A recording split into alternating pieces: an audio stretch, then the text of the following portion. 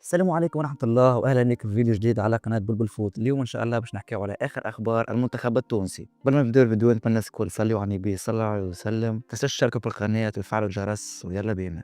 الجوهرة الصاعدة آدم العياري يواصل العبث بدفاعات أوروبا. أيوة شوفوا ثنائية جديدة في اليورث ليج ترفع رصيده ل5 أهداف. أرقام العياري هذا الموسم في دوري أبطال أوروبا للشباب، عدد المباريات 7 مباريات فقط. المساهمات التهديفية 5 أهداف مع 3 تمريرات حاسمة، 8 مساهمات تهديفية في 7 مباريات.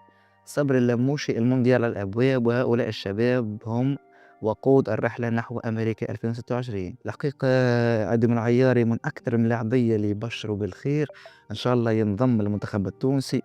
وخاطر اللاعب هذا لعب مع فئات سنية المنتخب الفرنسي، لاعب جوهرة كبيرة باش يكون عنده شأن كبير في الكرة العالمية. أرقامه تحكي عليه، تقريبا في المباراة يلعبها يا إما يسجل يا إما يعمل أسيست. فورمة كبيرة لآدم العيار، إن شاء الله يستمر وإن شاء الله يلتحق بالمنتخب التونسي. تقريبا هذا أهم ملف حاليا بالنسبة لي. ملف آدم العياري أهم من ملف أليسون سانتوز. في المباراة الأخيرة اللي لعبها باريس سان جيرمان واللي انتصروا فيها 6-1، آدم العياري كان لعب ماتش كامل، سجل ثنائي وتحصل على تقييم 9.7 كاملة. وزيون شاك يلعب حتى دقيقة 54، تغيير قد يكون تكتيكي لإراحة بعد ضمان النتيجة. البي اس جي حجز مكانا في ربع نهائي أمام فيا ريال الإسباني. إن شاء الله مزيد تألق للاعبين الشبان. آدم العياري كما حكينا عليه تحصل في المباراة هذه على 9.7، واللي هو رقم كبير برشا، ما ينجم يكون كان قدم أداء كبير كبير كبير. نمشيو لأخبار آخر، مازلنا في ملاعبيتنا في باريس سان جيرمان. بشرى سار الموهبة التونسي وسيم سلامة يقترب من تمديد عقده مع باريس سان جيرمان بعد ظهور لافت مع الفريق الأول مع بداية الموسم، والثقة التي نالها من الإطار الفني.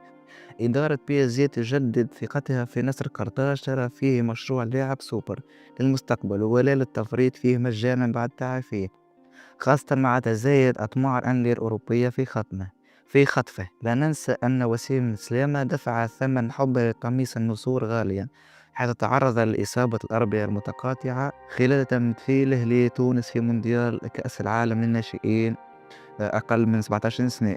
إن شاء الله وسيم يعني يرجع سلامات، وإن شاء الله يرجع حتى خير من قبل الإصابة، وإن شاء الله يأكد مستواه الكبير بعد الثقة اللي قدمتها له نادي باريس سان جيرمان. وإن شاء الله يرجع للمنتخب التونسي ويكون مستقبل المنتخب. تقريبا مستقبل المنتخب التونسي حاليا موجود في باريس سان جيرمان. نتمناه لهم الكل مزيد من التألق والنجاح إن شاء الله. نمشيو الأخبار آخر. لاعبنا الدولي أنيس بن سليمان، خلينا نشوف الأخبار مع بعضنا. يستعي بعد التعثر الأخير أمام بيرمنغهام على نرويج سيتي بقوة لكي يحقق فوزا ثمينا 2-0 على فريق شيفيلد وينزداي. الفريق اللي كان يلعب فيه لاعبنا يان فاليري ضمن الجولة 34 من الشامبيونشيب. المباراة شهدت دخول أنيس بن سليمان كورقة رابحة مع انطلاقة الشوط الثاني. تقييم 6.4 يعكس الدور التكتيكي الهام الذي لعبه أنيس في تأمين النقاط الثلاثة. قطار الكناري ينطلق من جديد نحو مراكز الصعود. فورمة كبيرة لأنيس بن سليمان زاد في آخر مباريات.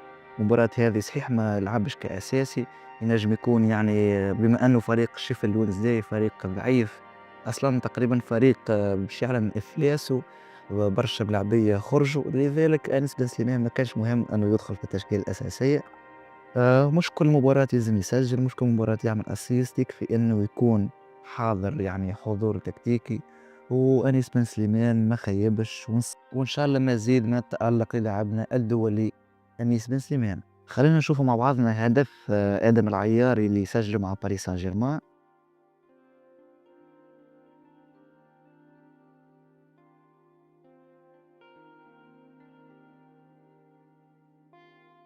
لاعب صراحة عنده شأن كبير، باش يكون عنده شأن كبير في كرة القدم في السنوات القادمة، وإن شاء الله تبعد عليه الإصابات، وإن شاء الله مشغول من التألق. خلينا نشوفوا خبر آخر. الحقيقة الخبر هذا بعيد على كرة القدم، ولكن حبيت نحكي عليه على خاطر بالرسمي حاجة توقف المخ. إلى مزبلة التاريخ يا رحموني. أكدت رئاسة الجامعة التونسية للسباحة هادي منصور أن السباح الشاب رامي الرحموني تم تجنيسه رسميا لتمثيل السعودية.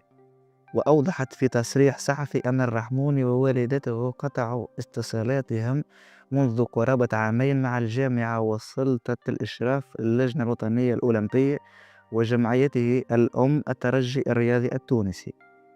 الحقيقة ما تنجم تكون كان وصمة عار، يعني لاعب تونسي ومرك واضحة فهمتش علاش تمثل في السعودية. عقلية صراحة صفر المهم في نهاية الفيديو ما تبقى غير كان باش نقول لكم نلقاكم في فيديو قادم ان شاء الله. متنسوش اللايك والاشتراك، وسلام.